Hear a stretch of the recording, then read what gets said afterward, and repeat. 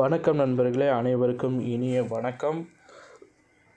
அதாவது செந்தில் பாலாஜியின் வழக்குகளில் வழங்கப்பட்ட தீர்ப்பு என்ன அப்படின்றதான் இந்த வீடியோவில் முழுமையாக பார்க்க இருக்கிறோம். நம்ம சேனலுக்கு நீங்கள் புதுசாக இருந்தீங்கன்னா ஒரே ஒரு சப்ஸ்கிரைப் பண்ணி பெல் ஐக்கானை கிளிக் பண்ணி வச்சுக்கோங்க.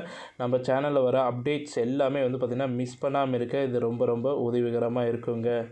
அதாவது நீதிபதி நிஷா பானு தலைமையில் நடந்த இந்த வழக்கானது சட்டவிரோத கைதாக கருதி செந்தில் பாலாஜியை விடுவிக்கலாம், அவரது மனைவி மேகலா தொடர்ந்த ஆட்கொணர்வு மனு பார்த்திங்கன்னா ஏற்புடையது என தீர்ப்பளிச்சிருக்காங்க. இப்போது கிட்டத்தட்ட ஒரு 10-15 நாட்களுக்கு முன்பு பார்த்திங்கன்னா செந்தில் பாலாஜியின் மனைவி பார்த்தீங்கன்னா ஆட்கொணர்வு மனு ஒன்று தாக்கல் செஞ்சுருந்தாங்க. போன வாரம் பார்த்திங்கன்னா அந்த மனுவின் விசாரணை பார்த்திங்கன்னா நடைபெற்றது. இந்த பக்கம் செந்தில் பாலாஜியின் தரப்பு வழக்கறிஞரும் சரி, அந்த பக்கம் அமலாக்கத்துறையினர் வழக்கறிஞரும் சரி, 2 பேருமே பார்த்திங்கன்னா அவங்களுடைய வாதங்களை பார்த்திங்கன்னா சிறப்பாக முன்னெடுத்து வைத்தாங்க. அந்த வாதங்களின் அடிப்படையில் பார்த்திங்கன்னா தற்பொழுது ஆட்கொணர்வு மனு ஏற்புடையது என அப்படின்னு தீர்ப்பளிச்சிருக்காங்க. நீதிபதி பரத சக்கரவர்த்தி மற்றும் மருத்துவர்கள் ஒப்புதல் அளிக்கும் வரை பார்த்திங்கன்னா செந்தில் பாலாஜியை காவேரி மருத்துவமனையில் சிகிச்சை தொடரலாம் அப்படின்ற மாதிரி பார்த்திங்கன்னா ஆட்கொணர்வு மனு பார்த்திங்கன்னா விசாரணைக்கு உகந்ததல்ல அப்படின்ற மாதிரி தீர்ப்பு வழங்கியிருக்கிறாங்க. மேகலா தொடர்ந்த ஆட்கொணர்வு மனுவை பார்த்திங்கன்னா தள்ளுபடி செய்து தீர்ப்பளிச்சிருக்கிறாங்க. ஸோ அவர் பார்த்திங்கன்னா நீதிமன்ற காவலில் இருக்கிறாரு. ஆல்ரெடி பார்த்திங்கன்னா செந்தில் பாலாஜி மனைவி பார்த்திங்கன்னா என் கணவரை பார்த்திங்கன்னா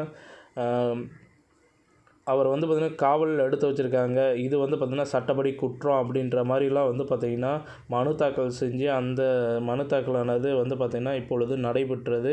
இப்போ பார்த்திங்கன்னா அதில் என்ன ஆகிருக்கு அப்படின்னு பார்க்கும்போது அவர் நீதிமன்ற காவலில் தான் இருக்கிறாரு, அமலாக்கத்துறையின் காவலில் இல்லை அப்படின்ற மாதிரி சொல்லி வாதங்கள்லாம் நடைபெற்றது. ஸோ அந்த வாதங்களின் அடிப்படையில் பார்த்திங்கன்னா ஆட்கொணர்வு மனுவை பார்த்திங்கன்னா தள்ளுபடி செஞ்சுருக்காங்க.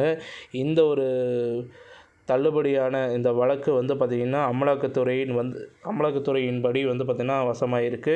ஸோ இருந்தாலும் பார்த்திங்கன்னா செந்தில் பாலாஜி அவர்கள் பார்த்திங்கன்னா சிறைக்கு செல்வாரா அல்லது வீட்டிற்கு செல்வாரா அப்படின்றது தான் பார்த்திங்கன்னா இப்போ தமிழக மக்களிடையே எழுந்திருக்க மிகப்பெரிய கேள்விகளாக பார்க்கப்பட்டு வந்துட்டுருக்கு.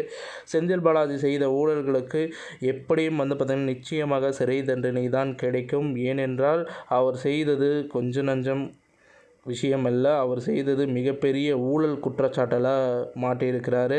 கிட்டத்தட்ட அவருக்கு எதிரான ஆதாரங்கள் எல்லாமே பார்த்திங்கன்னா திரட்டி வச்சுருக்காங்க அமலாக்கத்துறையினர். இருந்தும் பார்த்திங்கன்னா இப்போ ஏற்பட்டிருக்க ஒரு சிக்கல் என்ன அப்படின்னு பார்க்கும் பொழுது செந்தில் பாலாஜி தரப்பிலிருந்து ஆதாரங்கள் எல்லாமே அளிக்கப்படுகிறது. அதாவது செந்தில் பாலாஜிக்கு எதிராக இருக்கிற ஆதாரங்கள் எல்லாமே பார்த்திங்கன்னா எரேஸ் பண்ண ட்ரை பண்ணிகிட்ருக்காங்க அப்படின்ற மாதிரி அமலாக்கத்துறை குற்றச்சாட்டு கொடுத்துருக்குறாங்க. ஸோ இந்த வழக்கு எந்த திசை நோக்கி செல்கிறது, இது நன்மையில் முடியுமா அல்லது தீமையில் முடியுமா அப்படின்றத பொறுத்திருந்து பார்ப்போம். இந்த தகவல் பிடிச்சிருந்தால் லைக் பண்ணுங்கள், ஷேர் பண்ணுங்கள். நன்றி, வணக்கம்.